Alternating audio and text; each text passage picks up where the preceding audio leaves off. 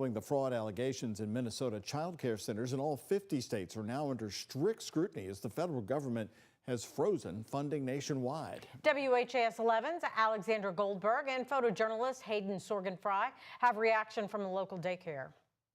We would lose families, we would lose a teacher if this were to happen. The Trump administration is freezing child care payments to all 50 states.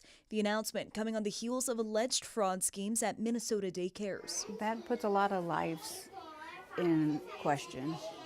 And so we would have liked some answers before that, just blasted out. Terry Stallcup, assistant director of the J-Town Academy, feels in the dark about the details. One of our parents called, panicked, and I said, well, let's just wait and see. We have no idea. The Department of Health and Human Services says there will be an extra vetting process on programs nationwide. According to the White House website, the department is requiring a justification, receipt, or photo evidence to release payments within the Child Care and Development Fund. Kentucky already has safeguards in place to protect against fraud. Nobody wants fraud, especially in childcare. Democratic Congressman Morgan McGarvey of Louisville is saying 34,000 kids in Kentucky use these federal subsidies to pay for childcare. We don't need parents making the decision whether they're going to not have their kids in childcare and not go to work, or potentially even have their kids in a dangerous situation so they can continue working. McGarvey says there are no allegations of fraud in Kentucky. At first I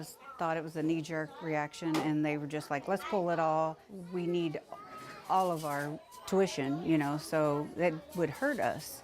Here at the J-Town Academy, only about 5 out of 42 children are using this type of assistance, but the assistant director still has lingering questions about how this funding freeze will impact not only the families here, but also the business. We work on a tight budget, and we try not to raise our rates, make it affordable for families. All that will affect if we have to raise our rates or not. Stallcup says they'll be affected despite only having 5 children on subsidized payments. Other centers, however, that need more federal funding, she said could be at risk of closing. In Jeffersontown, Alexandra Goldberg, WHAS 11 on your side.